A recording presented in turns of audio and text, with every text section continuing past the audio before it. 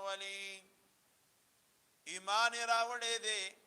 وعملوا الصالحات او عملونه کړي دي نیک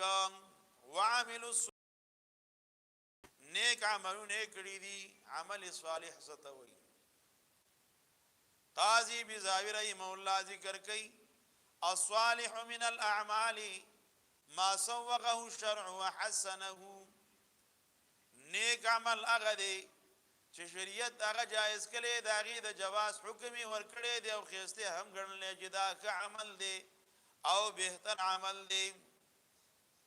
دیتا عمل صالح وي چې شریعت اجازه هم ور کړي او پاغي باندې ثواب هم خودلې چې بدی عمل باندې د الله طرفه دومره ثواب ملاويږي یو کار شریعت جایز کړي دی خو ثواب ور باندې نشته نو هغه ته